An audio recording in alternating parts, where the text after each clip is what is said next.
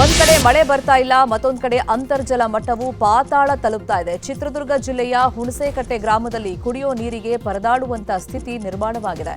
ಗ್ರಾಮದಲ್ಲಿ ಅಂತರ್ಜಲ ಮಟ್ಟ ಗಣನೀಯವಾಗಿ ಕುಸಿದು ಬೋರ್ವೆಲ್ಗಳು ಬತ್ತಿ ಹೋಗ್ತಾ ಇವೆ.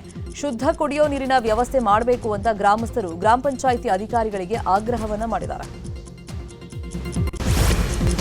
ಗೃಹಜ್ಯೋತಿ ಪುನರ್ ಪರಿಶೀಲನೆ ಇಂದಿನಿಂದ ಆರಂಭವಾಗಲಿದೆ. ಅರ್ಹ ಫಲಾನುಭವಿಗಳ ಮಾಹಿತಿ ಮರು ದೃಢೀಕರಣಕ್ಕೆ ಸರ್ಕಾರ ಈ ಕ್ರಮ ವಹಿಸಿದ್ದು, ಬೆಸ್ಕಾಂ, ಹೆಸ್ಕಾಂ, ಮೆಸ್ಕಾಂ, ಜೆಸ್ಕಾಂ, ಸೆಸ್ಕ್ ವ್ಯಾಪ್ತಿಯಲ್ಲಿ ಕಾರ್ಯಾಚರಣೆ ನಡೆಯಲಿದೆ. ಎಸ್ಕಾಂ ಸಿಬ್ಬಂದಿ ಗೃಹಜ್ಯೋತಿ ಫಲಾನುಭವಿಗಳ ಮನೆ ಮನೆಗೂ ಬಂದು ದಾಖಲೆಗಳ ತಪಾಸಣೆಯನ್ನ ಮಾಡಲಿದ್ದಾರೆ. Aadhaar, voter ID, PAN card ಕಡ್ಡಾಯವಾಗಿ ಅಧಿಕಾರಿಗಳಿಗೆ ನೀಡಬೇಕು. ರಾಜ್ಯ ಸರ್ಕಾರದ ಗ್ಯಾರಂಟಿ ಯೋಜನೆಗಳ ಬಗ್ಗೆ ಗ್ಯಾರಂಟಿ ಸಮಿತಿ ರಾಜ್ಯ ಉಪಾಧ್ಯಕ್ಷ ಎಸ್ಆರ್ ಪಾಟೀಲ್ ಹಾವೇರಿಯಲ್ಲಿ ಮಾತನಾಡಿದ್ದಾರೆ. ಯಾವುದೇ ಕಾರಣಕ್ಕೂ ಗ್ಯಾರಂಟಿ ಯೋಜನೆಗಳನ್ನು ಸ್ಥಗಿತಗೊಳಿಸುವ ಪ್ರಶ್ನೆಯೇ ಇಲ್ಲ ಅಂತ ಸ್ಪಷ್ಟಪಡಿಸಿದ್ದಾರೆ. 2,10,000ಕ್ಕೂ ಹೆಚ್ಚು ಮೃತರ ಹೆಸರಲ್ಲಿ ಗೃಹಲಕ್ಷ್ಮಿ ಹಣ ವರ್ಗಾವಣೆಯಾಗಿದೆ. ಆ ಹಣ ವಸೂಲಿಗೆ ಸರ್ಕಾರ ಚರ್ಚೆ ಮಾಡುತ್ತಿದೆ ಅಂತ ಮಾಹಿತಿಯನ್ನು ಕೊಟ್ಟಿದ್ದಾರೆ. ಮಾಜಿ ಸಿಎಂ ಸಿದ್ದರಾಮಯ್ಯ ಇವತ್ತು ಮೈಸೂರು ಜಿಲ್ಲಾ ಪ್ರವಾಸವನ್ನ ಕೈಗೊಂಡಿದ್ದಾರೆ. ನಂಜನಗೂಡು ತಾಲೂಕಿನ ದೇವನೂರು ಗುರು ಮಲ್ಲೇಶ್ವರ ಮಠಕ್ಕೆ ಸಿದ್ದರಾಮಯ್ಯ ಭೇಟಿಯನ್ನ ಕೊಡ್ತಾ ಇದ್ದು, ಗುರು ಮಲ್ಲೇಶ್ವರರ 127ನೇ ಪುಣ್ಯ ಆರಾಧನೆಯಲ್ಲಿ ಪಾಲ್ಗೊಳ್ಳುತ್ತಾರೆ. ಜುಲೈ 17ರಿಂದ ಆಷಾಢ ಶುಕ್ರವಾರದ ಹಿನ್ನೆಲೆಯಲ್ಲಿ ಚಾಮುಂಡಿ ಬೆಟ್ಟದಲ್ಲಿ ಜಿಲ್ಲಾ ಮಟ್ಟದ ಅಧಿಕಾರಿಗಳ ಸಭೆಯನ್ನ ಆಯೋಜನೆ ಮಾಡಲಾಗಿದೆ. ಜಿಲ್ಲಾ ಉಸ್ತುವಾರಿ ಸಚಿವ ಯತೀಂದ್ರ ಸಿದ್ದರಾಮಯ್ಯ ಅಧ್ಯಕ್ಷತೆಯಲ್ಲಿ ಇವತ್ತು ಬೆಳಗ್ಗೆ 11 ಗಂಟೆಗೆ ಸಭೆ ನಡೆಯಲಿದೆ. ಆಷಾಢ ಮಾಸದಲ್ಲಿ ಚಾಮುಂಡಿ ಬೆಟ್ಟಕ್ಕೆ ಬರುವಂತಹ ಭಕ್ತರ ಸಂಖ್ಯೆ ಹೆಚ್ಚಾಗುವಂತಹ ಹಿನ್ನೆಲೆಯಲ್ಲಿ ಯಾವುದೇ ಸಮಸ್ಯೆ ಆಗದಂತೆ ದರ್ಶನಕ್ಕೆ ವ್ಯವಸ್ಥೆ ಮಾಡುವಂತ ನಿಟ್ಟಿನಲ್ಲಿ ಈ ಸಭೆಯನ್ನ ಮಾಡಲಾಗುತ್ತೆ. ಪಾದಚಾರಿ ಮಾರ್ಗ ಒತ್ತುವರಿದಾರರ ವಿರುದ್ಧ ಇವತ್ತು ಜಿಬಿಎ ಮಹತ್ವದ ಕಾರ್ಯಾಚರಣೆಯನ್ನ ನಡೆಸಲಿದೆ. ಜಿಬಿಎ ವ್ಯಾಪ್ತಿಯ 5 ನಗರ ಪಾಲಿಕೆಗಳಲ್ಲಿ ಏಕಕಾಲದಲ್ಲಿ ವಿಶೇಷ ಕಾರ್ಯಾಚರಣೆಯನ್ನ ಕೈಗೊಳ್ಳಲಾಗುತ್ತೆ.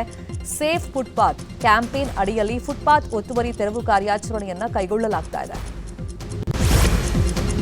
ರಾಜ್ಯದಲ್ಲಿ ಸಾರಿಗೆ ಬಸ್ಗಳ ಟಿಕೆಟ್ ದರ ಮತ್ತೆ ಹೆಚ್ಚಳ ಆಗುವಂತ ಸಾಧ್ಯತೆ ಇದೆ. ಆರ್ಥಿಕ ಸಂಕಷ್ಟದಲ್ಲಿರುವಂತಹ 4 ಸಾರಿಗೆ ನಿಗಮಗಳು ಇದೀಗ ಡೀಸೆಲ್ ಬೆಲೆ ಏರಿಕೆ, ನೌಕರರ ವೇತನ ಹೆಚ್ಚಳದಿಂದಾಗಿ ಮತ್ತಷ್ಟು ಸಂಕಷ್ಟಕ್ಕೆ ಸಿಲುಕಿವೆ. ಈ ಆರ್ಥಿಕ ಮುಗ್ಗಟ್ಟು ನೀಗಿಸಲು ಬಸ್ ಪ್ರಯಾಣ ದರ ಹೆಚ್ಚಳಕ್ಕೆ ನಿಗಮಗಳು ಸರ್ಕಾರಕ್ಕೆ ಮನವಿಯನ್ನ ಮಾಡಿವೆ. ಬೆಂಗಳೂರಿನ ಸರ್ಜಾಪುರ ಆನೇಕಲ್ ಭಾಗದ ರೈತರು ಹೋರಾಟವನ್ನ ಮುಂದುವರೆಸಿದ್ದಾರೆ. 300ಕ್ಕೂ ಹೆಚ್ಚು ದಿನಗಳಿಂದ ಕೆಐಎಡಿಬಿ ಭೂ ಸ್ವಾಧೀನವನ್ನ ಖಂಡಿಸಿ ಸರ್ಜಾಪುರದಲ್ಲಿ ರೈತರು ಹೋರಾಟವನ್ನ ನಡೆಸಿದ್ದಾರೆ. ಇವತ್ತು ಬೆಳಗ್ಗೆ 11 ಗಂಟೆಗೆ ಕೆಐಎಡಿಬಿ ಮುಖ್ಯ ಕಚೇರಿಗೆ ಮುತ್ತಿಗೆಯನ್ನ ಹಾಕಲಿದ್ದು, ಹೋರಾಟ ತೀವ್ರ ಸ್ವರೂಪವನ್ನ ಪಡೆದುಕೊಳ್ಳಲಿದೆ. ಯಾವುದೇ ಕಾರಣಕ್ಕೂ ಭೂಮಿ ಬಿಟ್ಟುಕೊಡಲ್ಲ ಅಂತ ರೈತರು ಪಟ್ಟನ್ನ ಹಿಡಿದಿದ್ದಾರೆ. ರಾಜ್ಯದಲ್ಲಿ ನಿನ್ನೆಯಿಂದ ಎಸ್ಐಆರ್ ಪ್ರಕ್ರಿಯೆ ಶುರುವಾಗಿದೆ. ಬೆಂಗಳೂರಲ್ಲಿ ಮುಖ್ಯ ಚುನಾವಣಾಧಿಕಾರಿ ಅನ್ಬು ಕುಮಾರ್ಗೆ ಎಸ್ಐಆರ್ ಫಾರ್ಮ್ ಭರ್ತಿ ಮಾಡಿ ಚಾಲನೆಯನ್ನು ಕೊಟ್ಟರು. ಇವತ್ತು 2ನೇ ದಿನದ ಎಸ್ಐಆರ್ ಪ್ರಕ್ರಿಯೆ ಆಗುತ್ತೆ. ಬಿಎಲ್ಒಗಳು ಮನೆ ಮನೆಗೆ ತೆರಳಿ ಮತದಾರರಿಂದ ಮಾಹಿತಿಯನ್ನ ಕಲೆ ಹಾಕಲಿದ್ದಾರೆ. ಇನ್ನು ಬೆಂಗಳೂರಲ್ಲಿ ಎಸ್ಐಆರ್ಗೆ ಭರ್ಜರಿ ರೆಸ್ಪಾನ್ಸ್ ಸಿಗ್ತಾ ಇದೆ. ಗ್ರೇಟರ್ ಬೆಂಗಳೂರು ವ್ಯಾಪ್ತಿಯಲ್ಲಿ ಒಟ್ಟು 60,368 ಗಣತಿ ನಮೂನೆ ವಿತರಣೆ ಮಾಡಲಾಗಿದೆ. ಕೇಂದ್ರ ಪಾಲಿಕೆ ವ್ಯಾಪ್ತಿಯಲ್ಲಿ 12,122, ಉತ್ತರ ಪಾಲಿಕೆ ವ್ಯಾಪ್ತಿಯಲ್ಲಿ 23,221, ದಕ್ಷಿಣ ಪಾಲಿಕೆ ವ್ಯಾಪ್ತಿಯಲ್ಲಿ 10,620 ನಮೂನೆಗಳನ್ನು ವಿತರಣೆ ಮಾಡಲಾಗಿದೆ. ರಾಜ್ಯದಲ್ಲಿ ನಿನ್ನೆ 12,48,314 ಮತದಾರರು ಎಸ್ಐಆರ್ ಪ್ರಕ್ರಿಯೆಯಲ್ಲಿ ಪಾಲ್ಗೊಂಡಿದ್ದಾರೆ. ಕೊನೆಗೂ ಸಂಪುಟ ವಿಸ್ತರಣೆಗೆ ಮುಹೂರ್ತ ಫಿಕ್ಸ್ ಆಗಿದೆ. ಜುಲೈ 3ರ ಬಳಿಕ ಸಂಪುಟ ವಿಸ್ತರಣೆ ಆಗುತ್ತೆ ಅನ್ನೋ ಮಾಹಿತಿ ಇದೆ. ನಾಳಿನ ಕ್ಯಾಬಿನೆಟ್ನಲ್ಲಿ ಸಂಪುಟ ವಿಸ್ತರಣೆ ಕುರಿತಂತೆ ಸಚಿವರಿಗೆ ಸಿಎಂ ಡಿಕೆ ಶಿವಕುಮಾರ್ ಮಾಹಿತಿಯನ್ನ ನೀಡಲಿದ್ದಾರೆ. ಶೀಘ್ರದಲ್ಲೇ ಸಿಎಂ ಡಿಕೆಶಿ, ಮಾಜಿ ಸಿಎಂ ಸಿದ್ದರಾಮಯ್ಯ, ಕೆಪಿಸಿಸಿ ಅಧ್ಯಕ್ಷ ಬಿಕೆ ಹರಿಪ್ರಸಾದ್ ದೆಹಲಿಗೆ ತೆರಳಲಿದ್ದಾರೆ. ದೆಹಲಿಯಲ್ಲಿ ಚರ್ಚಿಸಿ ಸಚಿವರ ಪಟ್ಟಿ ಹೈಕಮಾಂಡ್ ಫೈನಲ್ ಮಾಡಲಿದೆ. ಸಚಿವ ಸಂಪುಟ ವಿಸ್ತರಣೆ ಬಗ್ಗೆ ಕೈಗಾರಿಕಾ ಸಚಿವ ಎಂಬಿ ಪಾಟೀಲ್ ಪ್ರತಿಕ್ರಿಯೆಯನ್ನು ಕೊಟ್ಟಿದ್ದಾರೆ. ಬಾಗಲಕೋಟೆಯಲ್ಲಿ ಮಾತನಾಡಿದ ಅವರು 15 ದಿನಗಳಲ್ಲಿ ಸಚಿವ ಸಂಪುಟ ವಿಸ್ತರಣೆ ಆಗುತ್ತೆ ಅಂತ ಹೇಳಿದ್ದಾರೆ. 15 ದಿನಗಳಲ್ಲಿ ಸಂಪುಟ ವಿಸ್ತರಣೆ ನಿರ್ಧಾರ ಆಗುತ್ತೆ ಅನ್ನೋ ಮಾಹಿತಿ ಕೊಟ್ಟಿದ್ದಾರೆ.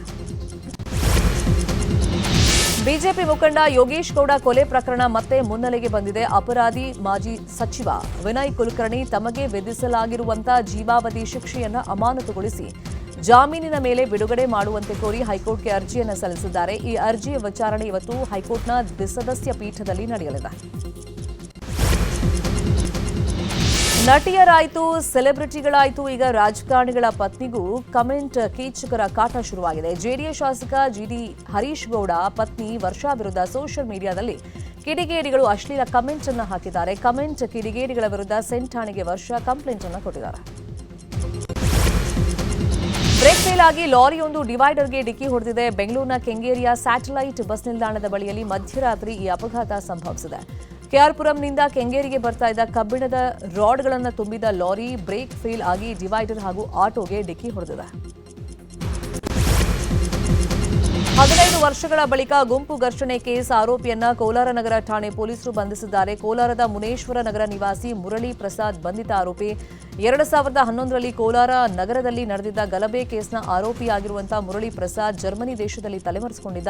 ಈಗ ಊರಿಗೆ ಬಂದು ಲಾಕ್ ಆಗಿದ್ದಾನೆ. ಬೆಂಗಳೂರು ದಕ್ಷಿಣ ಜಿಲ್ಲೆ ಚನ್ನಪಟ್ಟಣದ ದೇವರಹಳ್ಳಿಯಲ್ಲಿ ನಾಡಪ್ರಭು ಕೆಂಪೇಗೌಡರ ಬ್ಯಾನರ್ಗೆ ಬೆಂಕಿ ಹಾಕಿದ್ದ ಪ್ರಕರಣದ ಪ್ರಮುಖ ಆರೋಪಿಯನ್ನ ಅರೆಸ್ಟ್ ಮಾಡಲಾಗಿದೆ.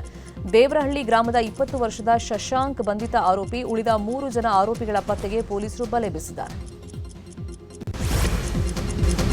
ದುರಂಧರ್ ಸಿರೀಸ್ ನಂತರ ಪ್ರಳಯ್ ಎಂಬ ಸಿನಿಮಾದಲ್ಲಿ ರಣವೀರ್ ಸಿಂಗ್ ನಟಿಸಲಿದ್ದಾರೆ. ಸಿನಿಮಾ ಸೆಪ್ಟೆಂಬರ್ನಲ್ಲಿ ಸೆಟ್ಟೇರಲಿದ್ದು ಬಹುತೇಕ ಆಸ್ಟ್ರೇಲಿಯಾದಲ್ಲೇ ಇದರ ಶೂಟಿಂಗ್ ನಡೆಯಲಿದೆ.